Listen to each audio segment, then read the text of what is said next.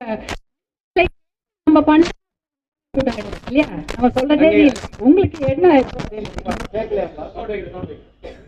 அதனால அந்த தேதியெல்லாம் பார்த்து சனிக்கிழமை எல்லா வேலையும் முடிச்சுட்டு மகளிர் எல்லாம் வருவாங்கன்னு. ஆனால் ரொம்ப அழகா மங்களகரமா எல்லாரும் ஒரு திருமணத்துக்கு வர மாதிரி பட்டுப்புடவெல்லாம் போட்டு வந்திருக்கிறது ரொம்ப சந்தோஷம்.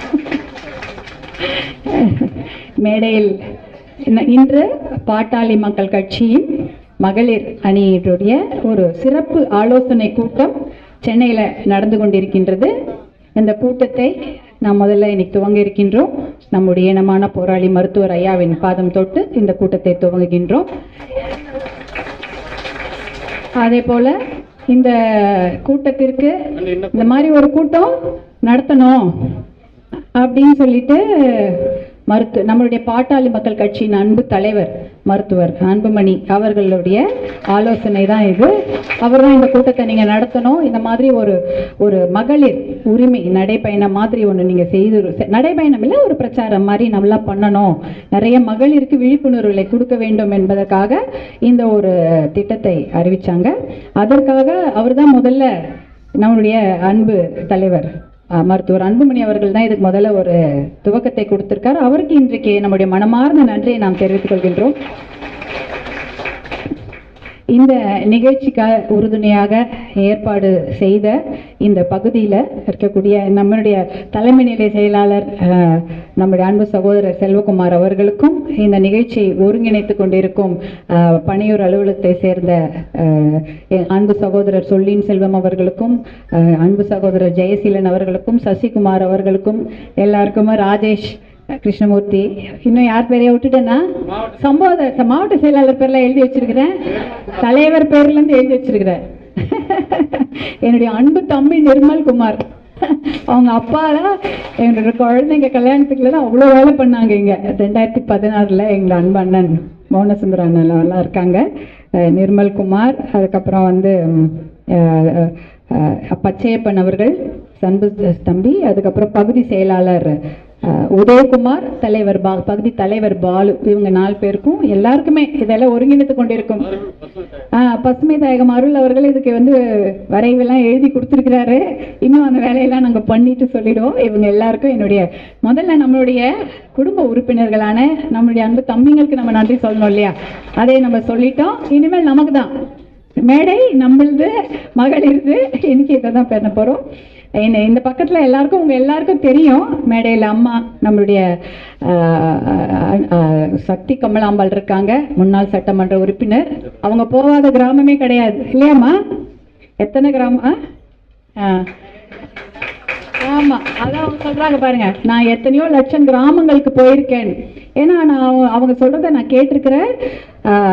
அதுவும் கிராமங்களுக்கு போகிறது அந்த காலத்தில் சாதாரண விஷயம் இல்லை. ரோடு இருக்காது, இப்பயாவது ரோடு இருக்குது, பாதை இன்னைக்காவது நமக்கு பஸ் போகிறதுக்கு, பேருந்து போவதற்கு பாதைகள் இருக்கிறது. அது ரொம்ப ரொம்ப பழைய கிராமம், ரொம்ப உள்ள இருக்கிற கிராமமாக இருந்தால் கூட ஒரு பஸ்ஸாவது போவோம்.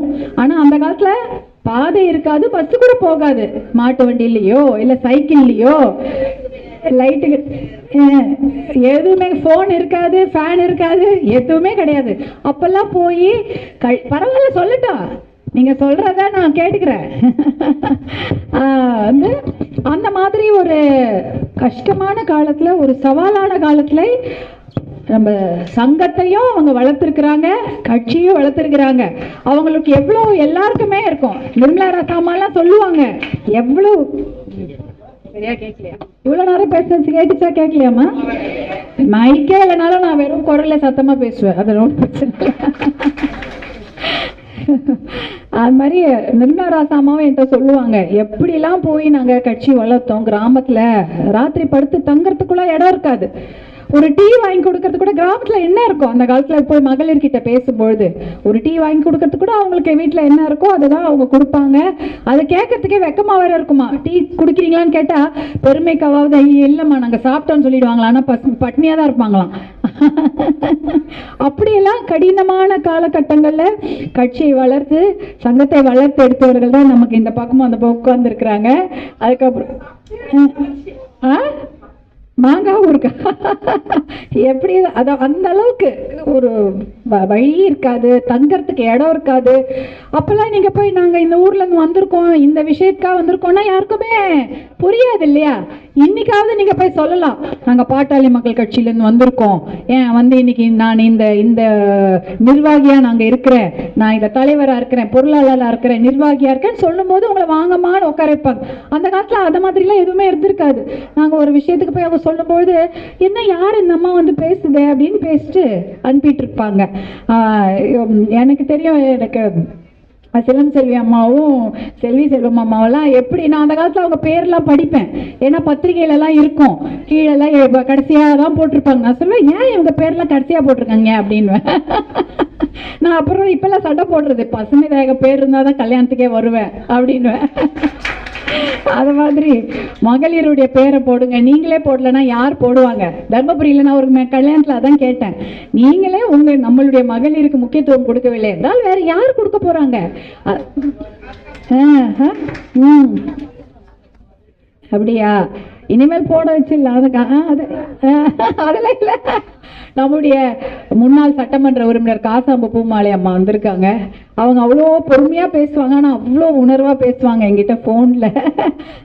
எல்லாரும் என்கிட்ட ஆசையாக இந்த விஷயம் இதெல்லாம் சொல்லுவாங்க. நிறைய விஷயங்கள் எனக்கு பழைய என்ன இருந்ததுன்னா அந்த விஷயங்கள்லாம் எனக்கு சொல்லிடுவாங்க, இந்த மாதிரி இருக்குமா, அந்த மாதிரி இருக்குமா, எல்லாம் பண்ணுங்கம்மா அப்படின்வாங்க. இன்னைக்கு கூட அவங்க கால் உடல்நிலை சரியில்லைனாலும் அவங்க கிளம்பி இன்னைக்கு இங்கே வந்திருக்காங்க. அவங்களுக்கும் வரவேற்பு நன்றியை தெரிவித்துக் கொள்கிறேன். என்னுடைய அன்பு சகோதரி கவிஞர் திலகபாமா அவர்கள், அவங்க எனக்கு இது மாதிரி ஒரு மகளிர் கூட்டத்தை ஒரு 5 வருஷம் முன்னாடி நீங்க நடத்தி காமிச்சிக்கலம்மா. மகளிர் அடுப்படியிலிருந்து அரசாங்கம் வரைய, அரசியல் வரை, அஞ்சரப்பட்டியிலேருந்து அரசியல் வரை அப்படின்ற ஒரு தொடர் கூட்டங்களை அவங்க நடத்தினாங்க. அதுலேயே நான் 2-3 முறை கலந்துருக்கேன். காஞ்சிபுரத்தில் கூட சக்தியம்மா அவங்க நடத்தின கூட்டத்திலையும் நான் கலந்து கொண்டிருக்கேன். பெண்களுக்காகவே அப்படிப்பட்ட ஒரு அரங்கு நிறைய ஒரு மிகப்பெரிய கூட்டங்களை அவங்க நடத்தினாங்க. அதில் கலந்து கொண்டிருக்கிறேன். இன்றைக்கும் நம்முடைய கட்சி விஷயங்கள் எதுவாக இருந்தாலும், எந்த ஊரில் அவங்க எந்த கோடியில் இருக்காங்க, தென்கோடியில் இருக்கிறாங்க, ஆனாலும் கார் எடுத்துக்கிட்டு நடுராத்திரி கிளம்பி இங்கே வந்துருவாங்க. காலையில் எந்த ஒரு தூய்மை பணியாளர் போராட்டமா இருக்கட்டும், பெண்கள் போராட்டமா இருக்கட்டும், முதல்ல வந்துருவாங்க, எனக்கு ஃபோன் பண்ணுவாங்க, இதுக்கு நம்ம பண்ணணும், இதுக்கு நம்ம போய் பேசணும் அப்படின்னு ஆலோசனைகள் கொடுப்பாங்க. இன்னைக்கு என்னுடைய அன்பு சகோதரி கவிஞர் திலகபாமா வந்திருக்காங்க. அவங்களுக்கு என்னுடைய மனமார்ந்த வரவேற்பை நான் தெரிவித்துக் கொள்கிறேன். என்னுடைய அன்பு சகோதரி கஸ்தூரி இருக்கிறாங்க. நான் கல்யாணம் ஆகி வந்தவங்கள அதுக்கு முன்னாடிலேருந்தே அவங்கள நான் பார்த்துட்டு இருக்கிறேன். எப்பயுமே மாறாத உற்சாகத்தோடு அவங்க வந்திருக்காங்க. அவங்க என்றைக்குமே நமக்கு ஆசையாக தூணாக இருப்பாங்க. அவங்க எல்லாத்துலேயும் முன்னாடி நிற்பாங்க. அதை பற்றி அவங்க கண்டுக்கிட்டதே இல்லை. அவங்களுக்கு என்னுடைய மனமார்ந்த நன்றி வரவேற்பை தெரிவித்துக் கொள்கின்றேன். அந்த கடைக்கோடியில் உட்கார்ந்திருப்பவங்க மக்கள் தொலைக்காட்சியுடைய தலைமை செயல் அலுவலர் புவனேஸ்வரி அவர்கள், என்னுடைய அன்பு சகோதரி. அவங்களுடைய கணவர் கூட நம்மளுடைய பாட்டாளி மக்கள் கட்சியில வேட்பாளராக 2000 ஆமாங்க ராசிபுரத்தில் நின்றுருக்காங்க. அதனால அவங்க மக்கள் தொலைக்காட்சியை இன்னி வரைக்கும் 20 வருடமாக தொடர்ந்து, முதல் நாள்லேருந்து தொடர்ந்து இன்னி வரைக்கும் நடத்திட்டு இருக்கிறாங்க. அதுவும் வெற்றிகரமாக. எல்லாரும் மக்கள் தொலைக்காட்சிக்கு இப்படி கொஞ்சம் கஷ்டம் அப்படி இப்படின்னு சொல்லுவாங்க. ஆனால் எந்த கஷ்டமாக இருந்தாலும் நம்ம நடத்திடலாம் அப்படின்னு சொல்லிட்டு ஊக்கமும் உற்சாகம் கொடுத்து புது விதமான டெக்னிக்லாம் வச்சு நாங்கள் எப்படி இன்னைக்கு வரைக்கும் தொடர்ந்து அந்த தொலைக்காட்சியை ஐயா வகுத்த கொள்கையிலேருந்து ஒரு சிறிதும் பிறழாமல் நடத்தி கொண்டிருக்கிறோம். அதனால் என்னுடைய அன்பு சகோதரி புவனேஸ்வரி அவங்களுக்கு என்னுடைய மனமார்ந்த வணக்கத்தையும் வரவேற்பையும் தெரிவித்துக் கொள்கின்றேன். அப்புறம் மேடையில் சோபனா குமரவேல் இருக்கிறாங்க. அவங்க இப்போ தான் நான் கிட்டத்தட்ட மேட்டூரில் நான் போகும்போது எல்லா நிகழ்ச்சிக்கும் என்னோட வருவாங்க. அவர்கள் ரொம்ப உற்சாகமாக, உங்களுடைய அத்தனை உற்சாகமும் அங்கே நான் பார்க்குறேன், அங்கே இருக்க உற்சாகத்தை இங்கே பார்க்குறேன். அதனால் அவர்களுக்கு என்னுடைய வாழ்த்துக்கள். என்னுடைய அன்பு சகோதரி ஜமுனா கேசவன் திருமதி அம்மா அவர்கள், பசுமை தாயகம் நிகழ்ச்சி என்றாலே எங்கே இருந்தனாலும் வந்துடுவாங்க. நான் போகிற ஒரு கல்யாணம் கூட அவங்க இல்லாமல் நான் பண்ணதே கிடையாது. சென்னையில் தான் நான் அதிகமாடியாக எல்லா நிகழ்ச்சிக்கும் போவேன். ஆனால் நான் இங்கே தானே இருக்கிறேன். அதனால் ஒரு நிகழ்ச்சி கூட விட மாட்டாங்க, என்னோட கூட வருவாங்க. இங்கே அவங்க ஏற்கனவே மாவட்ட செயலாளராக பணியாற்றியவர்கள். எவ்வளோ பெரிய விஷயம் பாருங்கள். ஒரு மகளிர் முதல் மாவட்ட செயலாளர் நம்ம தான் எனக்கு தெரிஞ்சு. அப்போ ஆமாம், முதல் மாவட்ட செயலர் நிர்மலா ராசா அம்மா, நம்மளுடைய முன்னாள் சட்டமன்ற உறுப்பினர்கள் காசாம்பு பூமாலை அம்மா மாவட்ட செயலாளர், இப்போ ஜமுனா கேசவன் அம்மாவும் மாவட்ட செயலாளர் இருந்திருக்காங்க. அவங்க எனக்கு மயிலாப்பூர்லேருந்தே தெரியும். என்னுடைய தந்தை வீட்டுக்கு எதிர் வீட்டில் தான் அவங்க பணி செய்து கொண்டிருந்தார்கள். அதனால் அவங்களை அப்போலேருந்து எனக்கு நல்லா நன்றாக தெரியும்.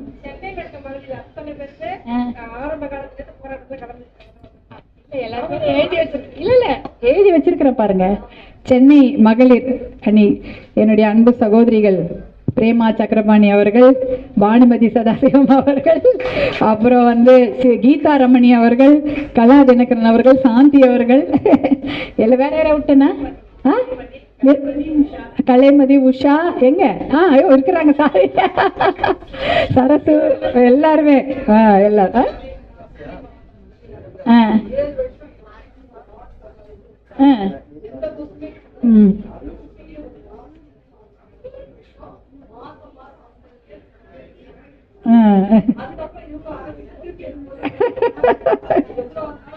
ஆமா, பொறுப்பு இருக்கு இல்ல, அதை பத்தி யாரும் கண்டுக்கல. நம்மளுடைய வேலை திட்டம் கட்சிக்காகவும் நம்மளுடைய வருங்கால தலைமுறைக்காகவும் தான் நம்ம இன்னைக்கு உட்கார்ந்து இருக்கோம் இல்லையா? வேற எதுக்கு இங்க வந்திருக்கோம்? நம்முடைய வருங்கால நம்ம பசங்களுக்கு இன்னைக்கு நம்மளுக்கு ஒரு பாதுகாப்பு வேணும், நம் பெண்களுக்கு ஒரு பாதுகாப்பு, நம் குழந்தைங்களுக்கு ஒரு வருங்கால பாதுகாப்பு வேணும், ஒரு வாழ்க்கை வேணும், படிப்பு வேணும், மருத்துவம் வேணும், பாதுகாப்பு வேண்டும், அதே சமயம் அவர்களுக்கு ஒரு நல்ல வாழ்க்கை கிடைக்க வேண்டும் என்பதுதான் வந்திருக்கோம். இல்லைன்னா எல்லாரும் வீட்டில் இன்னைக்கு என்ன பண்ணிட்டு இருப்பாங்க? சனிக்கிழமை பூஜை பண்ணிட்டு வீட்டில் எல்லாரும் நம்மள பேர் எத்தனையோ மகளிர் இருப்பாங்க, ஆனால் வெளியில வர முடியாது. ஆனால் இன்னைக்கு நீங்க எல்லாரும் அதையெல்லாம் ஒதுக்கி வைத்துட்டு உங்களுடைய குடும்ப விழாக்கள் இருக்கும், குடும்ப வேலைகள் இருக்கும், இல்லை வீட்டில் எத்தனையோ ஒரு குழந்தைங்க, நான் ஒன்று பள்ளிக்கூடத்தில் இன்னைக்கு ஒரு ஓப்பன் ஹவுஸ் கூட இருந்திருக்கலாம், பள்ளிக்கூடத்தில் வர சொல்லியிருப்பாங்க, வாங்க அப்பா அம்மா வரணும்னு இருப்பாங்க. அதெல்லாம் விட்டுட்டு எதுக்கு இன்னைக்கு வந்திருக்கோம்? நம்மளுடைய வருங்கால தலைமுறைக்கு ஒரு நல்ல வாழ்க்கை கிடைக்க வேண்டும் என்பதற்காக தான் வந்திருக்கோம். அதனால உங்க எல்லாரையும் இங்க வந்திருக்கீங்க அனைவரையும் அன்போடு வரவேற்கிறேன். அதே போல தருமபுரியிலேருந்து வந்திருக்கேன் என்னுடைய அன்பு சகோதரிகள் எங்க எல்லாம் நல்லா வாங்க வாங்க, ஹாய் எங்க எங்க எங்க இருக்கீங்களா? அங்கேருந்து அதுவும் 3 மணிக்கு கிளம்பி வந்திருப்பாங்க, ஏன்னா அங்கேருந்து வரது 5 மணி நேரம் ஆகும். வாங்கம்மா உட்காருங்க வந்திருப்பாங்க. அவங்கெல்லாம் வந்தது மிகப்பெரிய சந்தோஷம். ஏன்னா ரொம்ப தூரத்துலேருந்து, சேலத்துலேருந்தும் தருமபுரியிலேருந்தும் அத்தனை பேரும் நீங்கள் எல்லாம் வந்திருக்கீங்க. உங்களை எல்லாம் வரவேற்கிறேன். அப்புறம் வந்தவாசி கடலூர் எங்க? இல்லை இது கடலூரா? இன்னும் கொஞ்சம் அங்க இருப்பேன். வாங்க வாங்க வாங்க, ஏன்னா அடிக்கடி இப்ப நான் கடலூர் போயிட்டு இருக்கிறேன். வணக்கம்மா. வணக்கம். அன்பு எங்க அம்மா சக்தி கமலாம்மா சொல்லிட்டே இருப்பாங்க, நீ வா நான் அவனை ஏற்பாடு பண்றேன், 1000 பேர் என்ன 2000 பேர் கூப்பிட்டு நான் பண்றேன்னு சொல்லிட்டே இருப்பாங்க. நிர்மலா ராசாமாவும் சொல்லுவாங்க, பார்க்கும்போதெல்லாம் நம்ம ஏற்பாடு பண்ணலாம், ஒரு மகளிர் கூட்டம் நடத்தணும்னுட்டு. அதே போல மாவட்ட செயலாளர்கள் அவங்களும் நான் பார்க்கும்போது என்கிட்ட சொல்லுவாங்க, யாருன்னா நான் இப்போ என்னுடைய அன்பு அண்ணன் அரசாங்க அண்ணன் சொல்லிட்டே இருப்பாரு, நான் தருமபுரியில் நல்ல கிராண்டாக ஒரு மகளிர் கூட்டம் நடத்துகிறேன் வாங்க அப்படின்னு சொல்லிட்டே இருப்பாரு.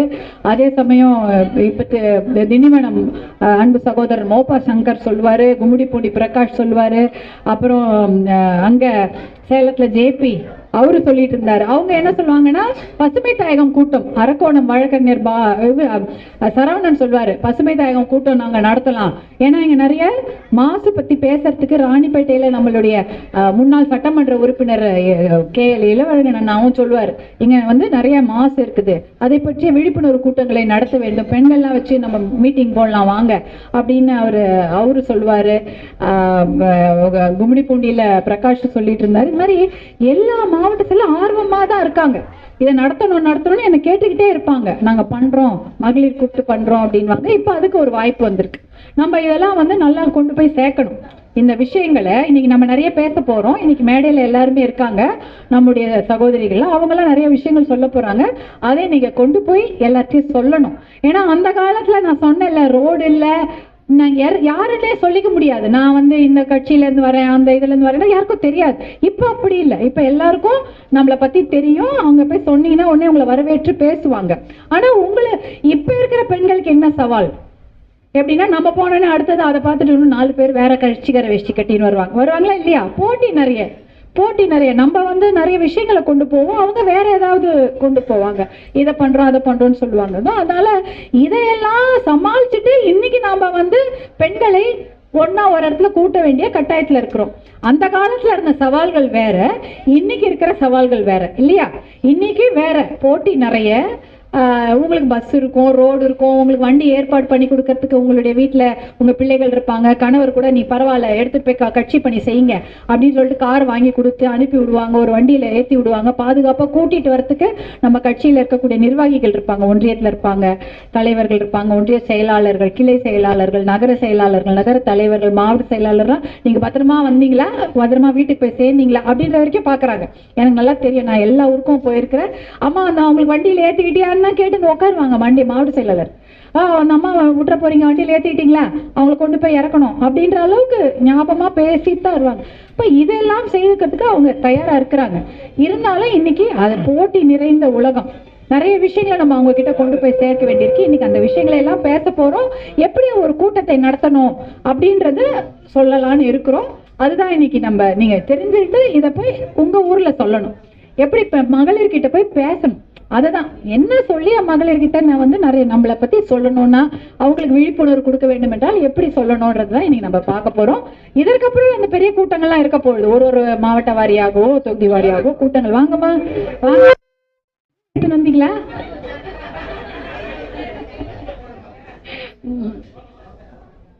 வாங்கம்மா உட்காருங்க. அதுங்க கரெக்டா சொன்ன பாருங்க,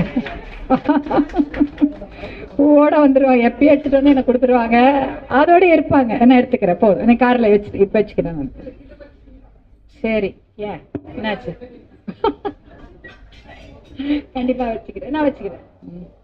வணக்கம் வணக்கம், வாங்கம்மா உட்காருங்க. பின் தரேன், நான் எடுத்துக்கிறேன், நீங்க உட்காருங்க. நீங்க முதல்ல இடம் இருக்கா, ஏதாவது சேர் கீர் போட்டு டக்குன்னு உட்காருங்க. ஆகையால் இந்த விஷயங்கள் எல்லாம் கொஞ்சம் தெரிந்து கொண்டு நம்ம போகலாம். இந்த கூட்டம் இப்போ ஆரம்பிக்க இருக்கின்றது. ஒரு குடும்ப விழாவாக இந்த கூட்டம் இருக்க போது ஒன்லி மீட்டிங் பேசுறது, விஷயம் சொல்றது மட்டும் இல்லை, கொஞ்சம் கலகலனும் இருக்கணும்னு நினைக்கிறேன். அதை பத்தி நம்ம பேசலாம். என்ன பண்ண